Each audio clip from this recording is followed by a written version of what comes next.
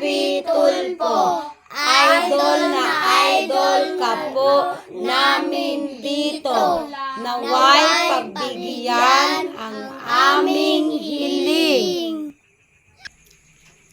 Hello, Idol Rapi Tulfo. Ito po ang aking kahilingan.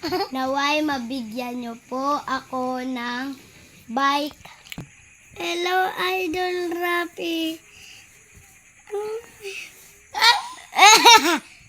Ito po ang aking kahilingan. Magkaroon ng bola. Hi, Rapi Tulfo. Ito po ang munting kahilingan. Magkaroon ng cellphone. Hello, Idol Rapi Tulfo. Ito ang aking kahilingan na magkaroon ng munting cellphone.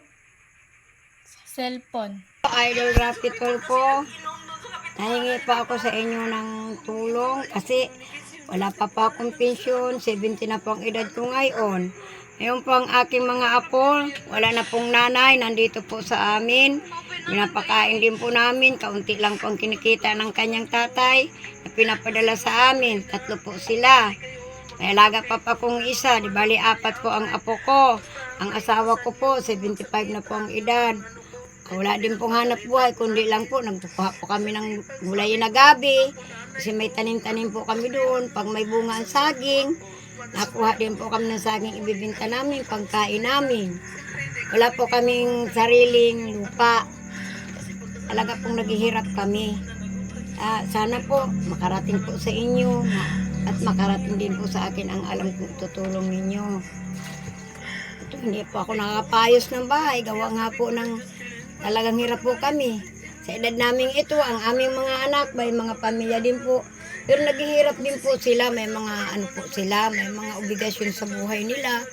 Siyempre po, hindi mo kami lubusan sa kanilang manghingi. Kasi isa din po silang mga naghihirap. Kaya sana po, ang kahilingan ko po, sana po matugunan po ninyo. Kayo lang po ang magiging pag-asa ko. Matanda na po ako, 70 na po ang edad ko pa, 71. Ang asawa ko po, 75 na po.